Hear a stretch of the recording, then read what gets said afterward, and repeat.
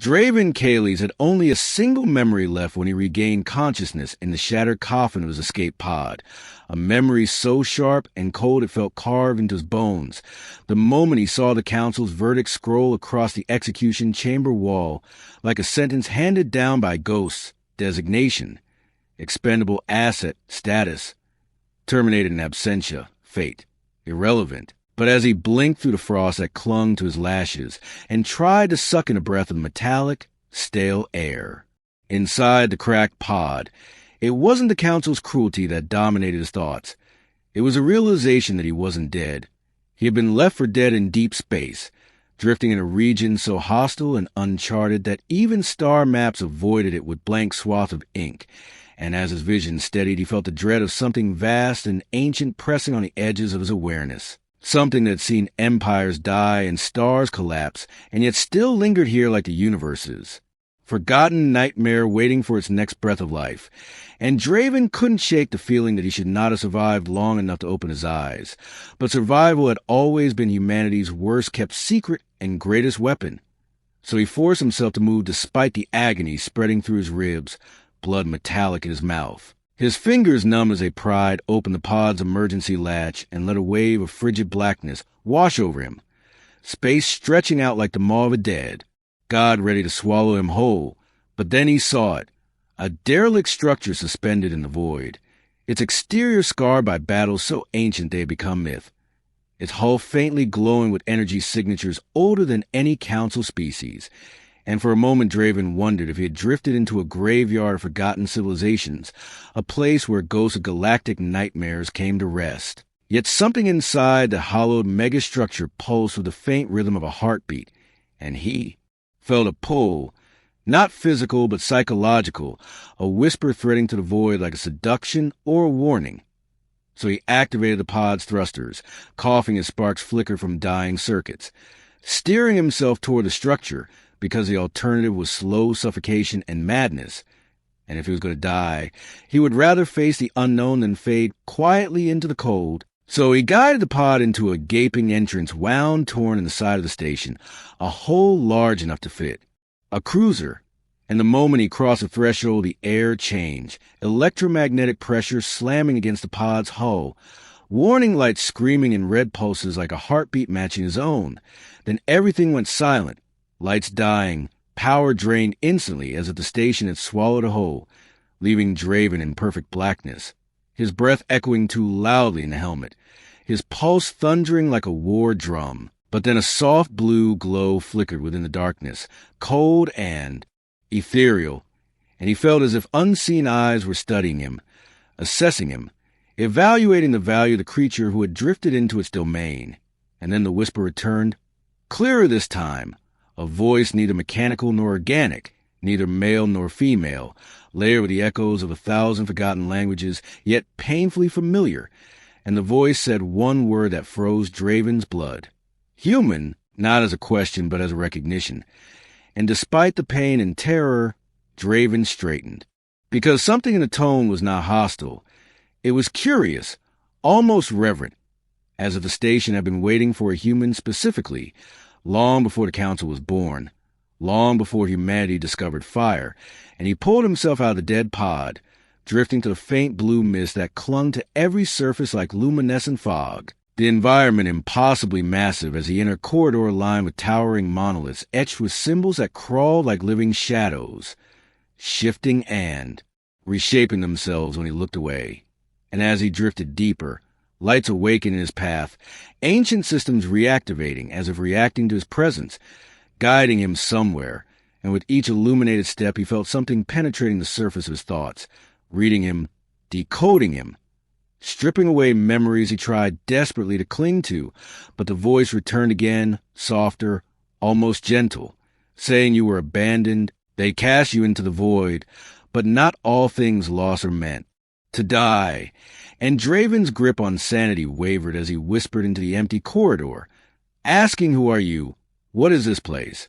But the station responded not with words, but with sudden tremor, an awakening deep within its core, and the monolith shifted to reveal a chamber so vast it seemed carved out of the fabric of space itself, a circular arena with floating platforms of black obsidian, each inscribed with shifting symbols, and in the center hovered a crystalline construct like a heart made of fractured starlight, pulsing with energy so raw and violent it made Draven's teeth ache, and he suddenly understood that he was standing in the controlled nexus of a weapon, or perhaps a consciousness, older than the Council, older than human history, designed for war or judgment or something far worse. And as he approached, his boots magnetizing faintly to a platform, the crystalline core shimmered and a humanoid figure materialized, woven from blue light and drifting embers, its form tall, elegant, dangerous, with a face that shifted through shapes and species before settling into one that resembled a human male in his early 40s, stern and scarred, eyes burning like twin nebulae, and Draven felt an instinctive spike of fear and recognition he could not explain, and the figure spoke in a voice layered with resonant harmonics, saying, "Long ago your kind was not meant to awaken us, but destiny is never bounded by the will of lesser empires." And Draven, trembling but defiant, demanded answers, asked why he had been brought here, why a structure of impossible age recognized humanity, and the figure studied him with an intensity that felt like a blade pressed to the soul, finally saying your species carries a fragment of the ancient code, the inheritance of a war the galaxy had forgotten, a war that the Council has tried desperately to erase. And Draven's heart pounded because he remembered the Council's hatred, their fear disguised as judgment, how they executed humans for minor infractions, how they suppressed humanity's growth with treaties that caged Earth like an animal, and he felt the anger rise within him like a storm, his voice shaking as he asked what code, what inheritance. But before he could finish, the station trembled violently, alarms echoing to the cavernous chamber, the blue hologram snapping its gaze upward as if sensing something beyond the walls. And it hissed the word intruders, the Council's hunters. They seek to erase the last ember, and Draven's blood ran cold, because if the Council had sent hunters into this forbidden region, then they knew he had survived, and they intended to finish the execution. They pretended it was an accident, and the holographic figure extended a hand toward him, its form crackling with urgency, saying, "You must choose human. The void did not kill you, because your story is not meant to end here. Take the mantle and awaken what sleeps, or die as the Council desires." Forgotten in the dark, and the crystalline core behind it flared with harsh white light, shards of illumination slicing across Draven's face as the rumble of approaching vessels shook the station, and Draven, gasping for breath, staring at the impossible choice before him, felt something ignite in his chest, not fear but fury, righteous and ancient, a spark humanity had always carried, and he stepped forward despite the shaking of his limbs, knowing that whatever he chose in the next moment would decide not only his fate, but the fate of every human alive. And as his fingers reached toward the pulsing crystalline heart, the station roared with awakening energy, and the hologram whispered the final words before everything exploded into blinding light. Humanity rises when abandoned, and the galaxy has forgotten why it should fear you. The silence inside the derelict carrier felt like a living thing, as if the metal bones of the ship had grown aware of Isaac's presence and were holding their breath, watching him creep through corridors that groaned under stresses no engineer had predicted. And as his suit lights cut through drifting clouds of metallic dust, he kept replaying that last moment before the Council ships fired on him, that cold decree that humanity was a threat too adaptable, too hungry, too unpredictable to coexist within the fragile political balance they so desperately protected. And though he had always known the galaxy feared humans, he had never understood the depth of that fear until he saw how calmly they erased his existence. Now, surrounded by a dead ship with doors buckled inward as though something had tried to force its way out rather than in, he understood that fear could twist logic into madness, and madness into genocide. And as he moved deeper, reading scattered scorch marks and claw-like gouges in the walls, he began to wonder whether the Council had known exactly what they were doing when they left him drifting near this corpse of a vessel, whether they had sacrificed him not out of emotion but strategy, because what better way to kill two threats at once than to let them devour each other in the dark? His visor flickered as energy interference began to spike, and he slowed, pulse quickening, remembering the legends whispered across outposts and mining colonies about a species that flickered between dimensions, silent predators that consumed energy, memory, and identity, leaving only husks that looked like people until you touched them. And though most dismissed the rumors as space myths told to keep rookies awake on long watches, the scars on the walls here, the strange wave-like distortions that rippled through the air in front of him, suggested that some myths were simply early reports the galaxy didn't want to believe.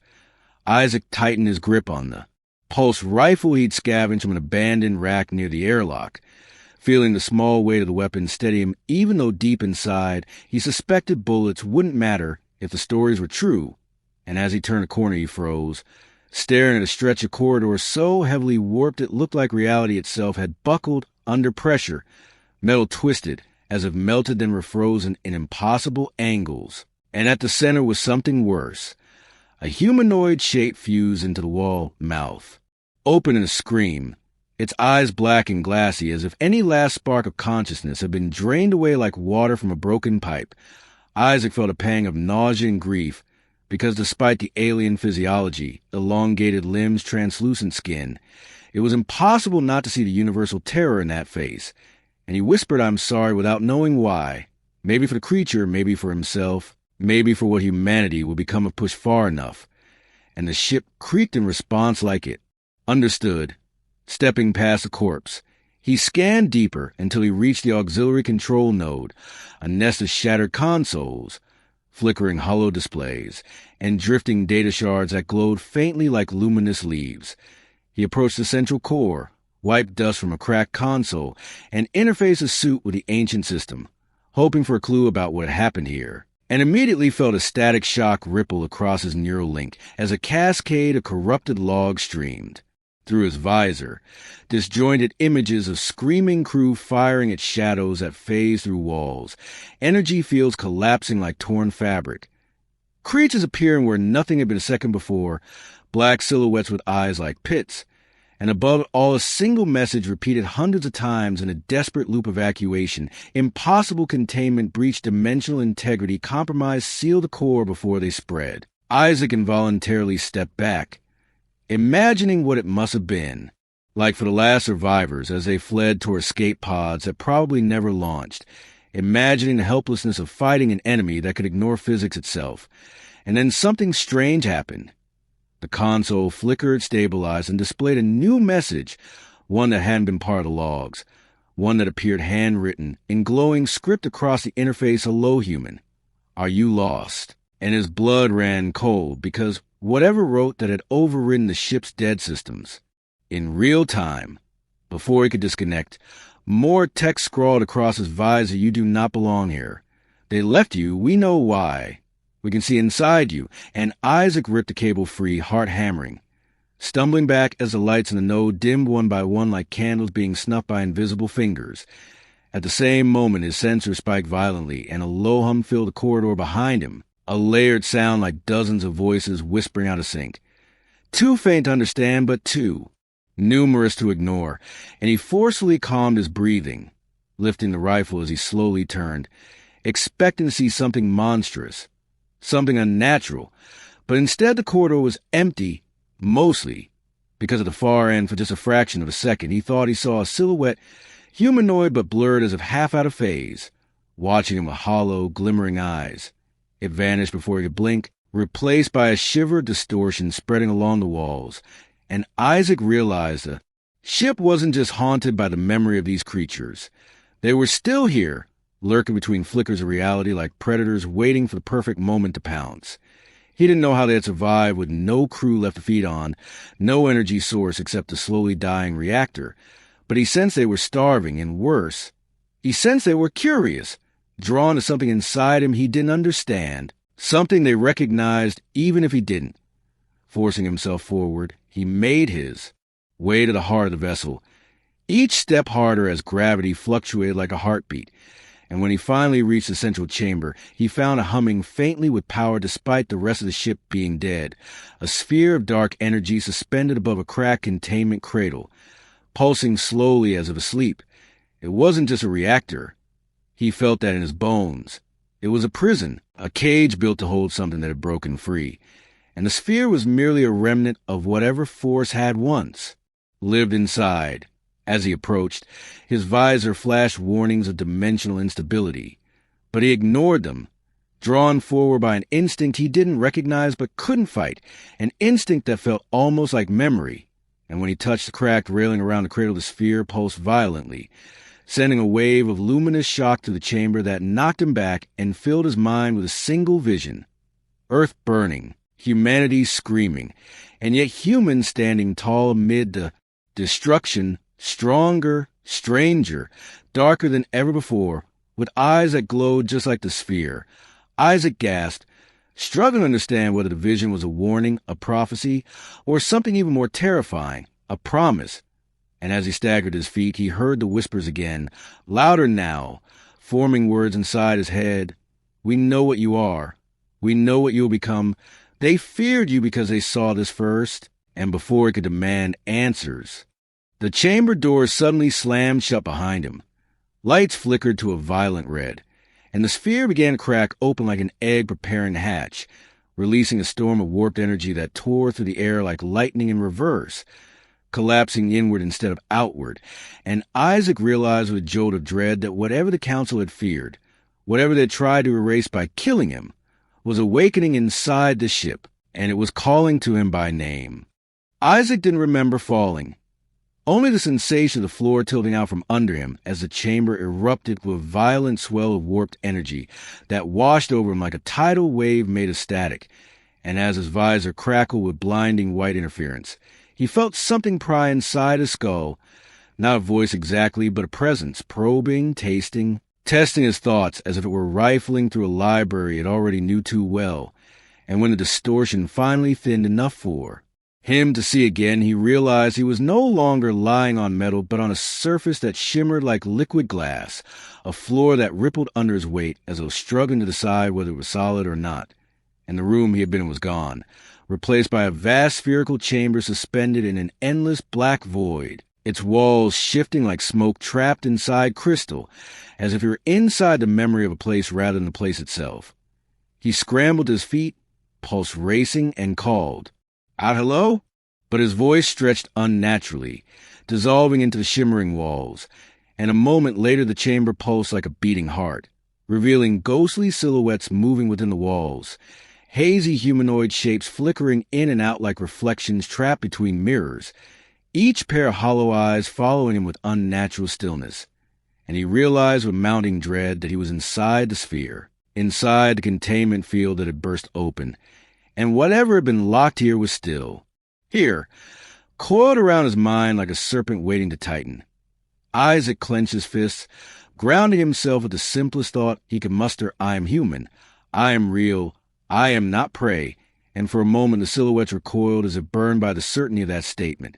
But then they advanced again, their forms becoming clearer, sharp enough that he could see their limbs were jointed wrong, bending backward as though animation had been reversed, and their mouths hung slightly open, without sound yet full of intention, and he felt their hunger like static against his skin. They weren't feeding on flesh, but on identity, on selfhood, and the realization made something primal inside him flare in defiance. He shouted, "What do you want from me?"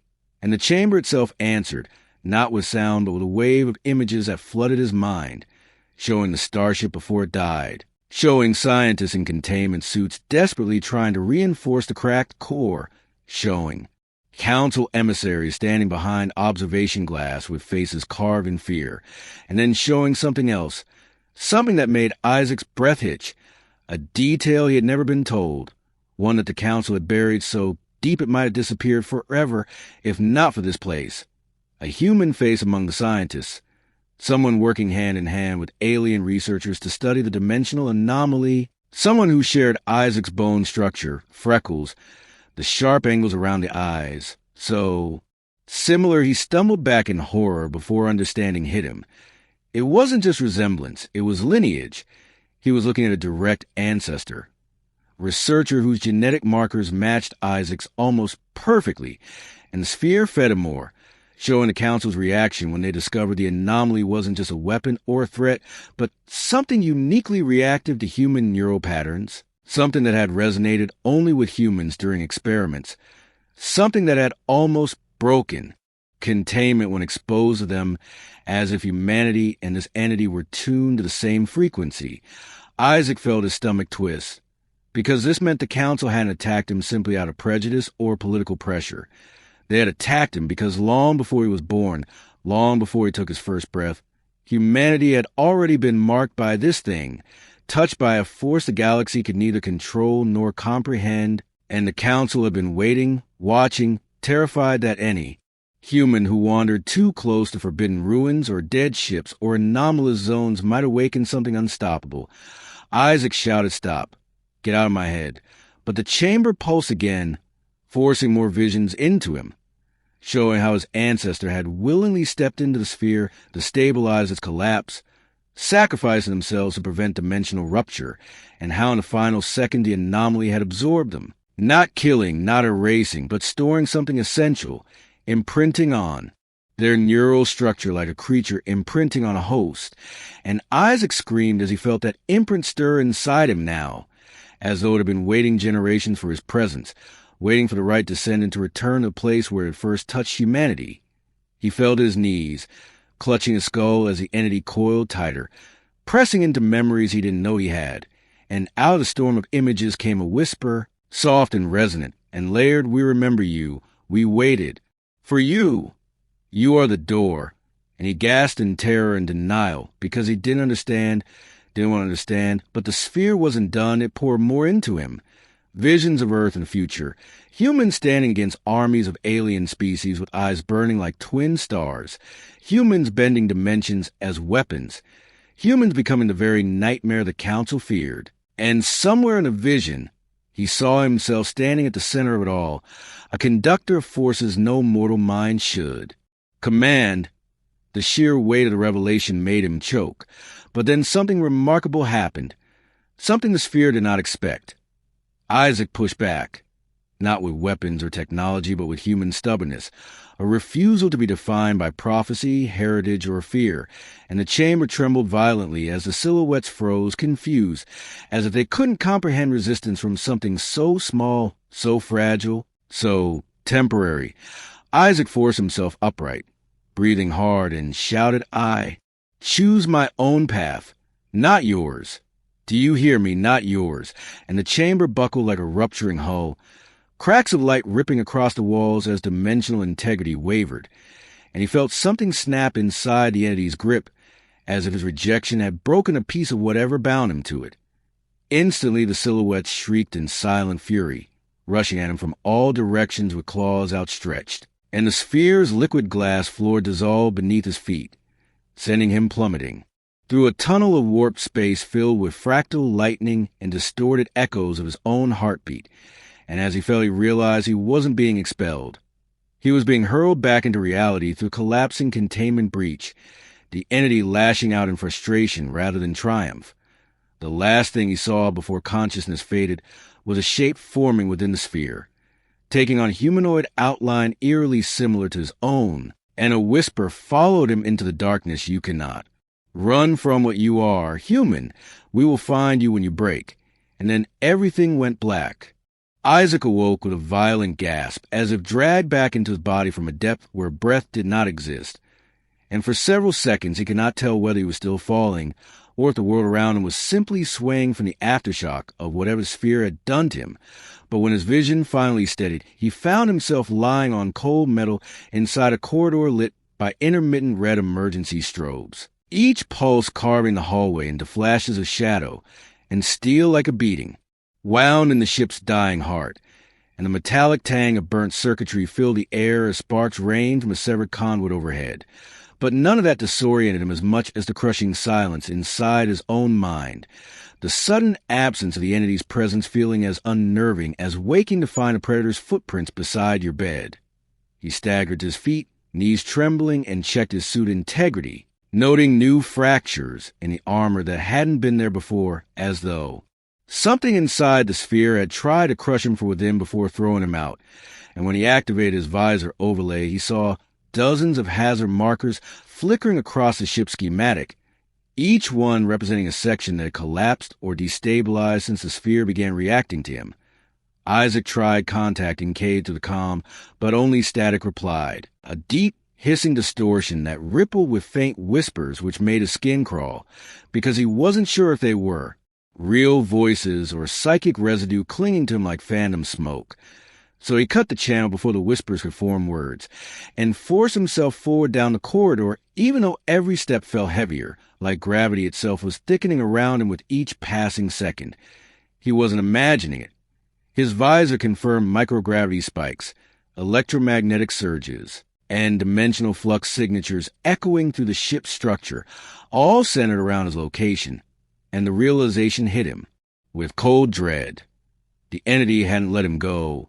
It had tethered to him, marking him like a beacon, warping the environment around him in response to his movement, as though the ship itself were beginning to bend toward him, reshaping under an unseen pressure nobody else aboard could possibly understand.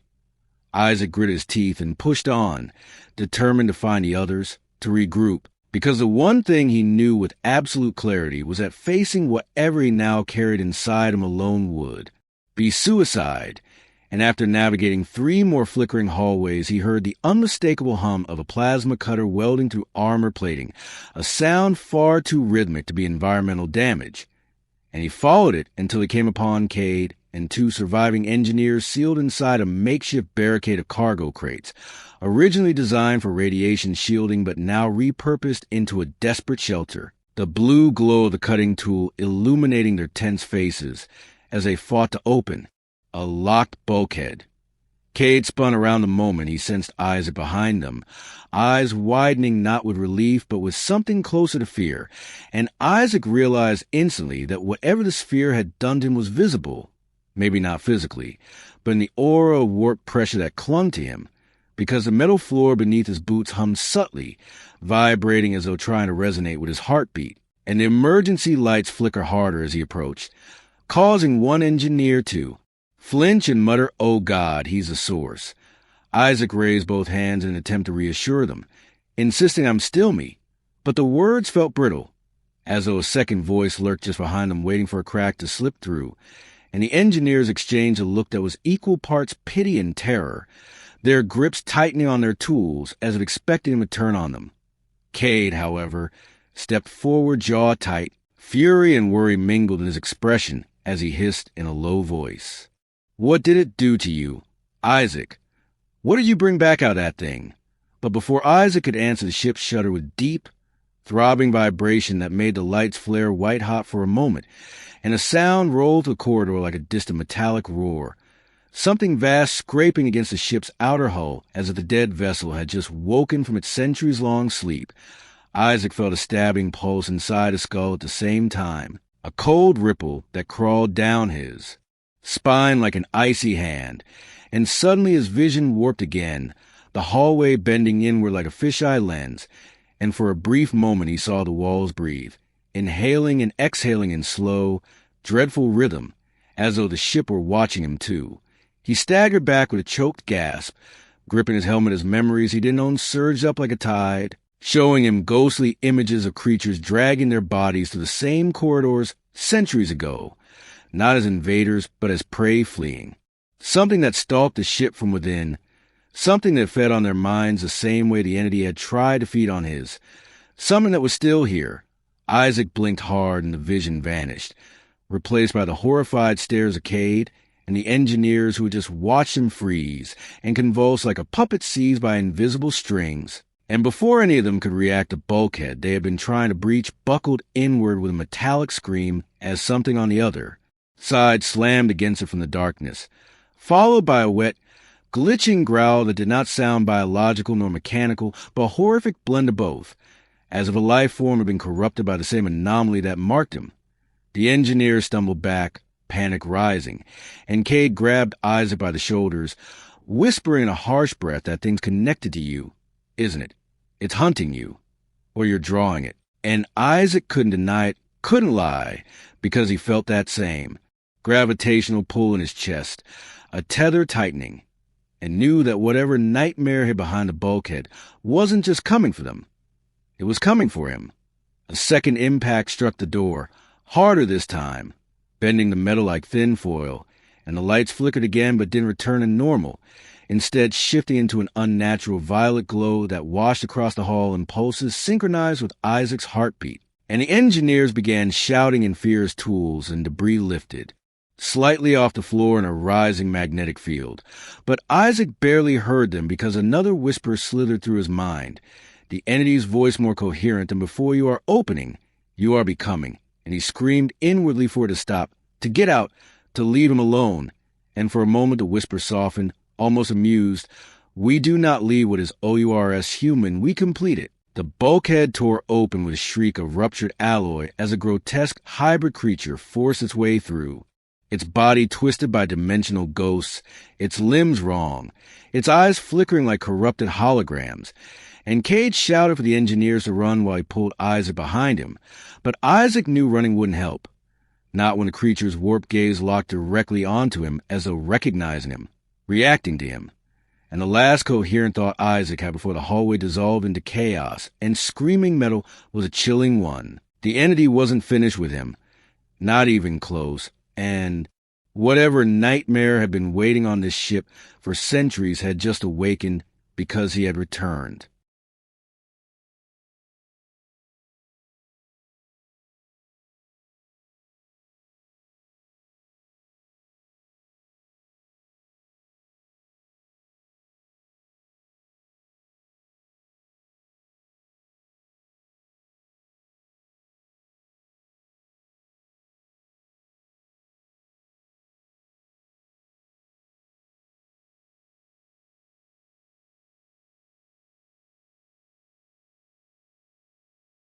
Isaac felt the world collapse into a storm of screams, metal, and shadow as the creature lunged through the torn bulkhead with a movement that seemed to flicker between frames of reality, its limbs bending at unnatural angles while its body glitched like corrupted footage. Every motion accompanied by a low-frequency hum that rattled his bones and made the air thicken into something he had to breathe through with force. And Cade shoved him backward, shouting orders he couldn't fully hear over. The rising static roaring in his skull, the entity inside him stirring awake with a cold fascination as if savoring the terror around them. The engineers fired pulse-based well cannons at the monster, their beams cutting arcs of blazing blue across its shifting skin. But the creature didn't move like anything alive. It folded away from the blast as though the laws of physics simply didn't apply to it, phasing into shadow the instant a beam neared its flesh, then reappearing just inches away, closer each time, stalking Isaac with a terrible purpose that made his heart pound harder until the lights throughout the corridor pulsed to the rhythm of his pulse, the ship itself responding to that unnatural bond, as if syncing with his body. The monster lunged again, and Cade dragged Isaac into his side, corridor barely in time, slamming his fist against the manual lock and sealing the door moments before the creature's claws raked across it with a shower of sparks, each impact denting the reinforced alloy inward while Isaac sank to his knees, clutching his head as psychic pressure built so violently he could taste blood. And in the swirl of agony he felt memories not his own tear through his mind. Vast empires devoured, civilizations drained of thought until their worlds became empty husks drifting in the void, the entity whispering to him in cold satisfaction, "We were born to unmake human. You invited USIN. You showed US a door." And Isaac screamed inside himself that he had not chosen any of this, that he wanted it gone. But the entity only pulsed colder, tightening its grip like a parasite burrowing deeper into his nerves until his vision warped and he saw Cade reach for him with a mixture of anger and fear, shouting, "Isaac, look at me. Don't let it take you." But Isaac wasn't sure he still owned his own body because his hands were trembling uncontrollably, energy crackling faintly around his fingertips as the corridor lights flickered violently, oscillating between red, blue, and ultraviolet as though reacting to the awakening presence inside him. Cade knelt beside him, gripping his shoulder hard enough to bruise. "Say you have to fight it. It's using you." But Isaac whispered in a voice that didn't entirely sound like his own. "I don't know how. I don't think I'm strong enough. And at that moment the creature outside slammed its full weight into the door, bending the metal inward as Cade pulled Isaac to his feet and dragged him deeper into the service. Shaft, running as the scraping sound followed him like a hunting blade across metal. The creature phasing partially through walls only to resolidify in jagged bursts as it closed the distance. Isaac staggered as psychic aftershocks hit him again, ripples of foreign thought flooding through him like a flood of icy water, visions of the ship's long-dead crew begging for mercy, their minds drained clean before their bodies even hit the ground, and the entity whispering you will do what they could. Not, you will open US-2 hunger. You will be our way back.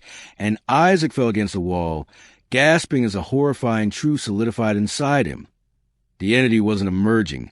It was trying to fully bridge into his dimension, using him as a vessel, as a gateway, as a host to anchor itself in reality.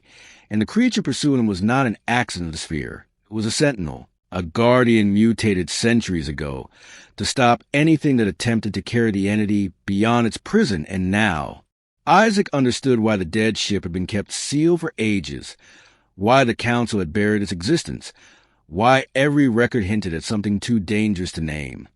Cade pulled him onward, refusing to leave him behind even when the corridor collapsed partially from a gravitational surge that Isaac had unconsciously triggered, metal folding like soft clay as his panic grew.